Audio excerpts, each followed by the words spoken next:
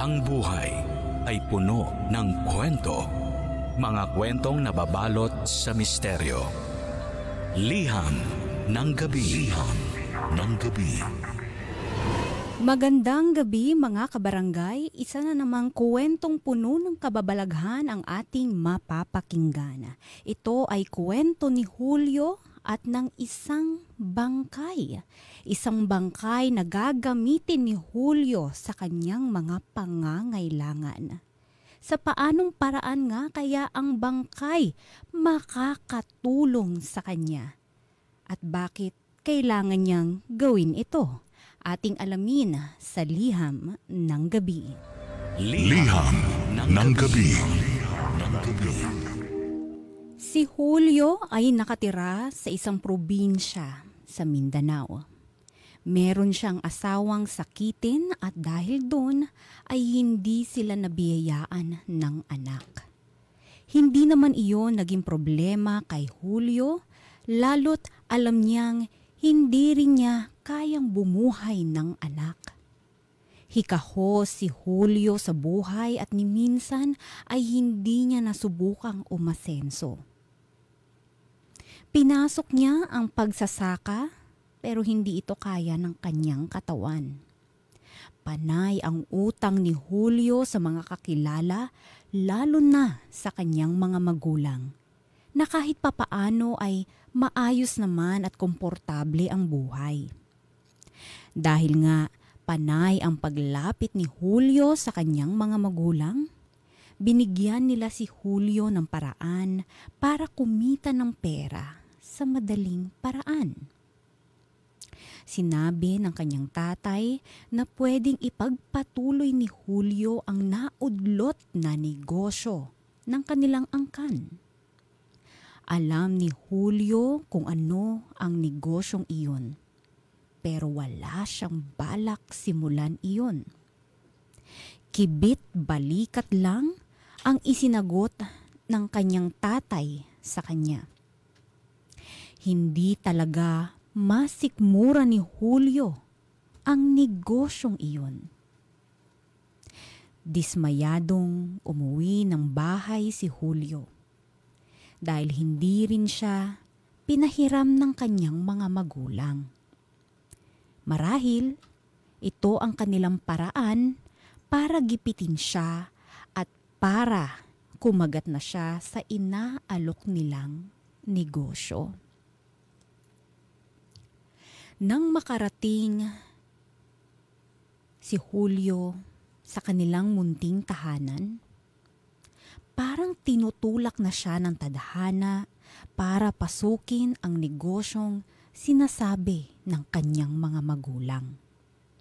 Dahil pagkabukas pa lang niya ng pintuan, natagpuan na nito ang kanyang asawa na nakahandusay sa sahig at walang malay. Tinakbo niya ito sa ospital at nalamang malala na ang karamdaman nito dahil hindi ito madalas nakakainom ng gamot. Malaking halaga rin ang kinakailangan para maipagamot ni Julio ang asawa. Desperado na si Julio. At dahil dito, muli siyang lumapit sa kanyang mga magulang. Pansamantalang iniwan ni Julio ang kanyang asawa sa ospital kasama ang kanyang hipag para may magbantay dito habang wala siya. Nang makausap ni Julio ang mga magulang, agad itong pumayag sa alok ng mga ito na ipagpatuloy ang negosyong minsan ay nasimulan ng kanyang angkan. Natuwa ang kanyang mga magulang sa naging desisyon ni Julio. Pinautang siya ng 8,000 piso ng kanyang tatay. 8,000 piso para ipangbili ng bangkay na hindi na natubos sa puninarya. Bangkay na posibleng hindi na nahanap ang daan pabalik sa kanyang pamilya o sadyang wala na itong pamilyang mababalikan pa. Ang bangkay na mabibili ni Julio ay siyang gagamitin para paglamayan sa kanyang bahay. Sa ganitong paraan, legal siyang makapagpapasugal at hindi sisitahin sa kanilang barangay. Dahil nga naman, pag may lamay, otomatikong pwede ang sugalan. Iyon ang nakagisnang negosyo ng kanyang angkan. Nahinto lang iyon ng mga ibang bansa ang mga kamag-anak ni Julio. Sa tulong na rin ng mga kinita nila sa ganong klaseng negosyo. At dahil alam ng magulang ni Julio na malaki ang kikitain dito, porsigido sila na ituloy ito ng anak. Nagmadali si Julio na pumunta sa bayan para maghanap at bumili ng bangkay sa mga puninarya. Inabot na siya ng 10 oras ng gabi, ngunit wala pa rin siyang nakikita. Matumal. Hindi na niya alam ang gagawin. Kailangan niyang makabili ng bangkay para makakalap agad ng pera sa pagpapagamot ng kanyang asawa. Halos nasuyod na ni Julio lahat ng mga puninarya sa kanilang bayan pero bigo pa rin siya. Sa paglabas niya sa puninaryang pag-aari ng isang Chinoy, sa bandang dulo ng isang liblib na bayan, merong sumalubong sa kanya mula sa gilid ng establishmentong iyon. Alam ng taong ito ang pakay ni Julio. Sinabi nito na meron siyang bangkay na pwedeng ibenta kay Julio sa halagang 2,000 piso. Nasiyahan si Julio dahil nakamura siya sa bangkay, kaya hindi na siya nag-usisa pa para hindi na umatras ang nagbebenta. Kinuha nila iyon sa bahay ng lalaking nag-alok. Ang bangkay ay isang matanda at matangkad na babae. Walang kahit na anong galos at mukhang payapa namang namatay. Nakasuot siya ng asul na bestida at pinakiusap ng lalaki na iyon pa rin ang ipapasuot na damit sa lamay. Pumayag naman si Julio. Pagkahawak ni Julio sa bangkay, alam agad niyang naimbalsa mo na ito. Base na rin sa amoy at sa tigas ng balat ng bangkay. Hindi pa rin nagtanong si Julio sa lalaki kung paanong nangyari iyon. Bumalik muli sila sa puninarya ng Chinoy para ipaasikaso ang bangkay para sa kabaong nito at iba pang kailangan sa lamay. Ang lalaki ang nakipag-usap sa Chinoy. Hindi na nakialam si Julio. Sinabi kasi ng lalaki na nakapagdala na ito ng ilang bangkay sa puninarya ng Chinoy na iyon. Mukhang alam ng may-aring Chinoy ang ganitong klase ng kalakaran. Pinaliguan lang ang bangkay at dinagdagan ng formalin. Alam ng Chinoy na gagamitan iyon ni Julio para magkaroon ng saklaan. Sinukat ng Chinoy ang bangkay para mahanapan na ng kabaong. Pero walang nagkasyang kabaong sa bangkay dahil masyado nga itong matangkad. Maliit lang kasi ang mga kabaong na meron sa punerarya. Kaya naman, sinabi na lang ng Chinoy na ipapahatid na lang muna ang bangkay sa bahay ni na Julio at bukas ng umaga ay hahanapan na lang nila ito ng kabaong nakakasya sa kanya. Hindi pumayag si Julio. Saan naman niya ilalagay ang bangkay? Napakaliit lang ng kanyang bahay. Sinabi ng Chinoy na pwede siyang lumipat ng ibang punerarya kung ayaw niya. Pero malamang sa malamang, hahanapan siya ng death certificate ng mga puneraryang pupuntahan niya dahil iyon ang legal na proseso. Doon na natahimik si Julio. Pumayag na lang ito na iuwi muna ang bangkay at ilagay sa kanyang sala. Nilatag nila ang bangkay sa banig. Nang makaalis na ang mga tauhan ng punerarya, naiwan ng mag-isa si Julio kasama ang bangkay. Naligo si Julio para mawala ang kapit ng formalin sa kanyang balat. At pagkalabas niya ng banyo, nakita niyang nakadilat ang bangkay ng matandang babae. Liham ng gabi. Liham ng gabi. Sinubukang ibaba ni Julio ang talukap ng bangkay. Pero hindi niya ito magawa. Buong gabing nakamulat ang bangkay kaya halos hindi nakatulog si Julio sa nakakabahalang itsura ng bangkay. Ilang oras pa ang lumipas at tuluyan ng nagliwanag ang kalangitan. Umaga na. Dumating na ang mga tauhan ng punerarya ng Chinoy para ihatid ang kabaong at ayusin na rin ang pagpupwestuhan ng lamay.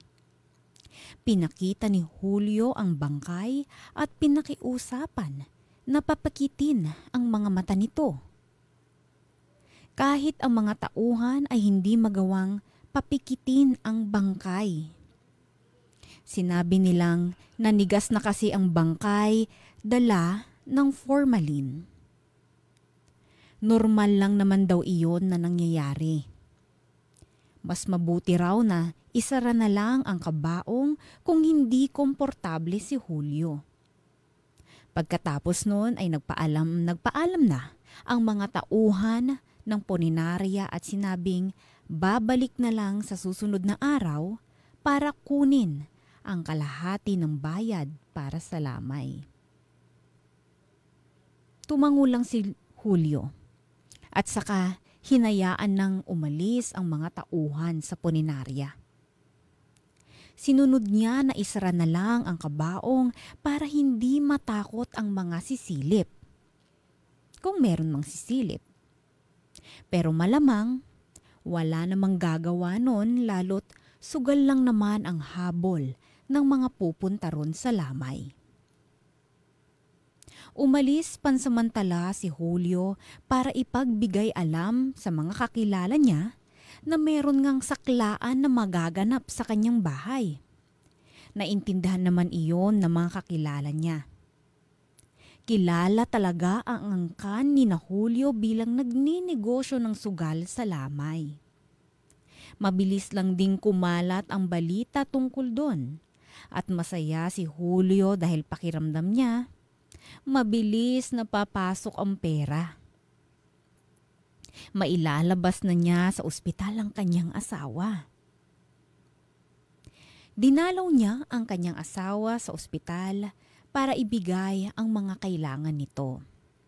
Binilinan pa rin ni Julio ang kanyang hipag na magbantay pa ng isang araw dahil inaasikaso pa ni Julio ang lamay sa kanilang bahay. Sa unang gabi ay dinumog na ang pasugalan sa lamay. Tiba-tiba si Julio. Malaki agad ang kinita niya.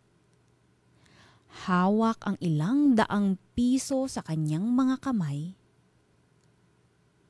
Inihampas niya iyon sa kabaong. Dahil ayon sa kanyang tatay, pampaswerte raw iyon para sa mga susunod na gabi ng pasugal. Tradisyon na kasi iyon. Isa rin daw iyong paraan para pasalamatan ang bangkay. Kinabukasan, nailabas na niya ang kanyang asawa sa ospital. Alam ng kanyang asawa ang tungkol sa lamay. Alam din ni Julio na tutol ang kanyang asawa. Pero wala itong magawa dahil kailangan nila ng pera. Halos naubos ang kinita ni Julio sa unang gabi ng lamay dahil binayad nito sa ospital. Kaya nagdasal siya na sana dumugin muli ang ikalawang gabi ng lamay para makapagbayad na rin siya sa punerarya. Sa ikalawang gabi, bumuhos ang malakas na ulan.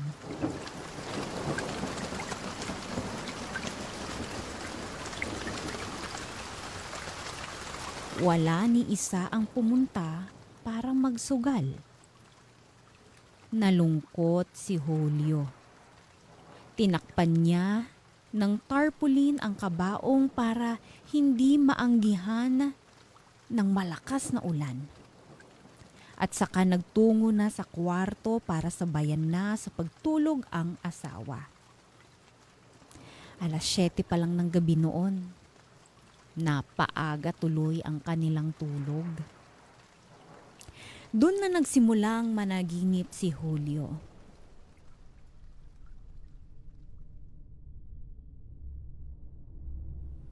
Kinausap daw siya ng matandang bangkay.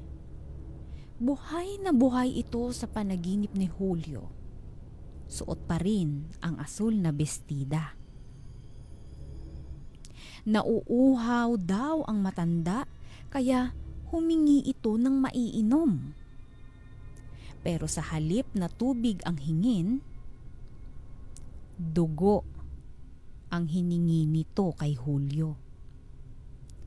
Umiling si Julio. Ayaw niya itong gawin dahil baka raw lalong manghina ang kanyang asawa. Hanggang sa biglang nagsalita muli ang bangkay para kumbinsihin pa siya. Kapag pinainom daw ni Julio ang bangkay ng isang kutsyarang dugo mula sa kanyang asawa, maipapangako raw nito na triple ang kikitain ni Julio kumpara sa unang gabi ng lamay. Doon na nagising si Julio, na litong-lito sa panaginip niya.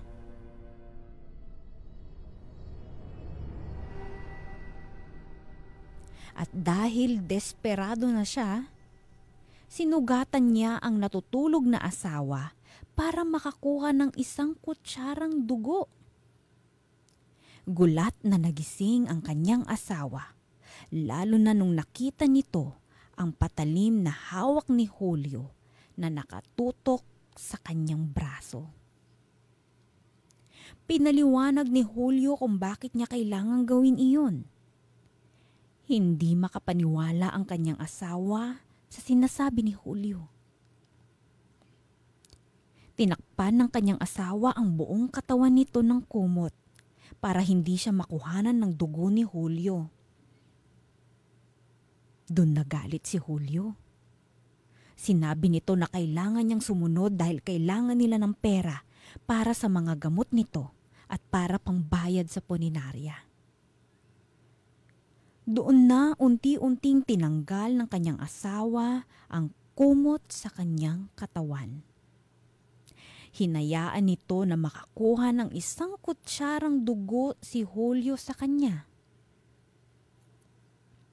Pagkatapos nun, ay nagmadali na si Julio na buksan ang kabaong at ipainom sa bangkay ang nalikom na isang kutsarang dugo na akala mo'y may sakit na pinapainom lang ng gamot. Pagkatapos isara ni Julio ang kabaong, ay biglang huminto ang malakas na ulan at bigla ay nagsidatingan ang mga manunugal at mga mananaya. At gaya ng sinabi ng bangkay sa kanyang panaginip, triple nga ang kinita ni Julio sa ikalawang gabi ng lamay. Liham ng gabi. Liham ng gabi.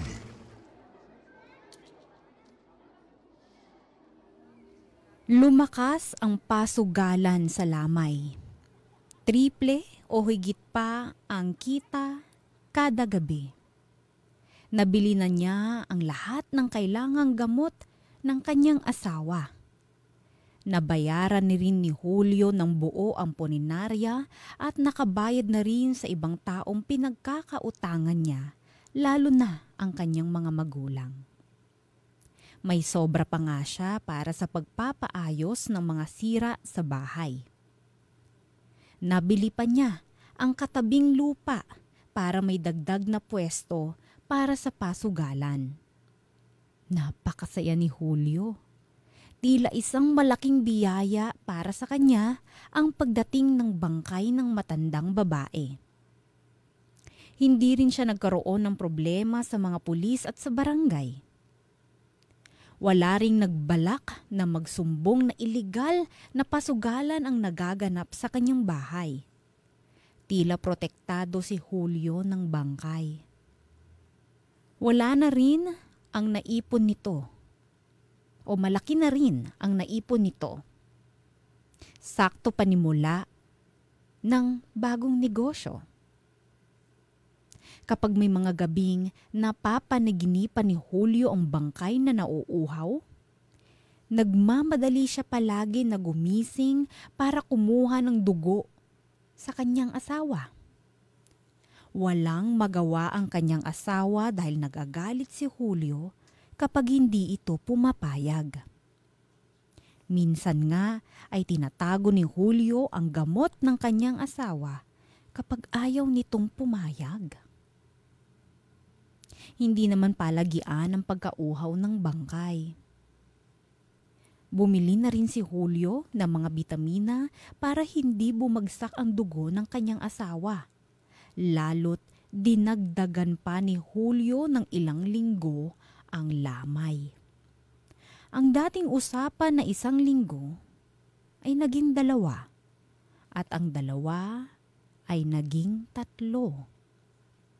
Iba na rin ang itsura at tigas ng katawan ng bangkay dahil sa paulit-ulit na tinatarak na formalin dito. Hindi rin nakahalata ang puninarya sa mga dugong pinapainom ni Julio sa bangkay. Kahit si Julio, hindi rin alam kung saan na idadala ng bangkay ang mga dugong pinapainom dito. Tila nawili si Julio at ayaw na niyang ipalibing pa ang bangkay. Ang nakapagtataka pa'y walang kumwestiyon sa lamay na iyon. May proteksyon yata talaga si Julio mula sa bangkay. Nakailang pakiusap na ang asawa ni Julio na ipalibing na nga ang bangkay. Marami naman na raw silang pera. Sa loob ng halos 1 buwan ay mahigit ilang 100,000 na ang nalilikom nila. Hindi na nila kailangan pa ng sobra. Doon madalas na nagagalit si Julio. Ayaw niyang pakawala ng bangkay. Malaki ang naitulong nito para makaahon si Julio sa kahirapan. Unti-unti ang pagbabago ni Julio. Naging gahaman na siya sa pera. Nagpatuloy pa rin ito sa pagkuha ng dugo ng kanyang asawa na siyang dahilan ng panghihina nito. Hindi gaanong pinansin iyon ni Julio dahil nakatutok siya sa pagpapatakbo ng sugalan. Iyon na lang ang naging importante para sa kanya. Hindi na halos makabangon ng kanyang asawa sa kama, dala ng kahinaan. Pero sinusubukan pa rin itong lumaban para mabuhay. Hanggang isang gabi, iniwan muna ni Julio ang mahigit 100 tao na nagsusugal sa lamay para matulog at magpahinga.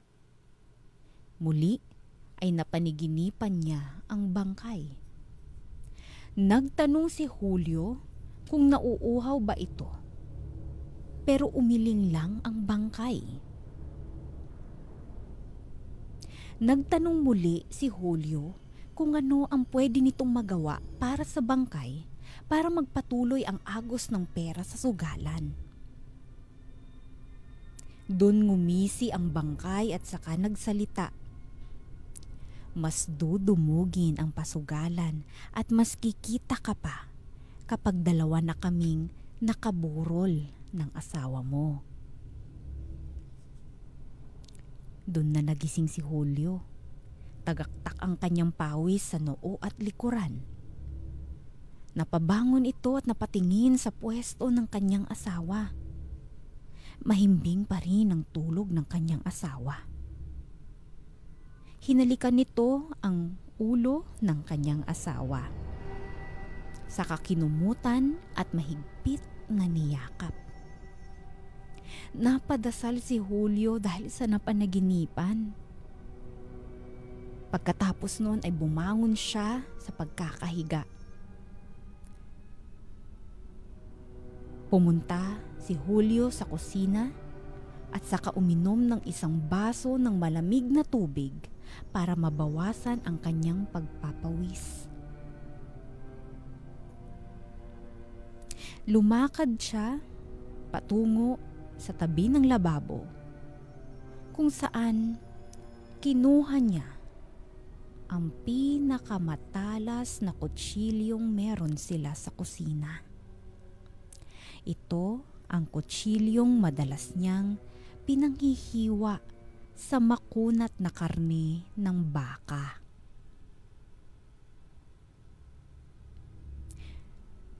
Lumabas si Julio mula sa kusina at dahan-dahang naglakad pabalik sa kwarto nilang mag-asawa.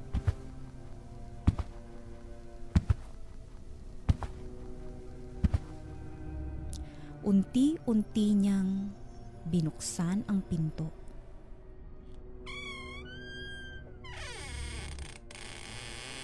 Pumasok sa loob. At saka ito isinara at ikinandado.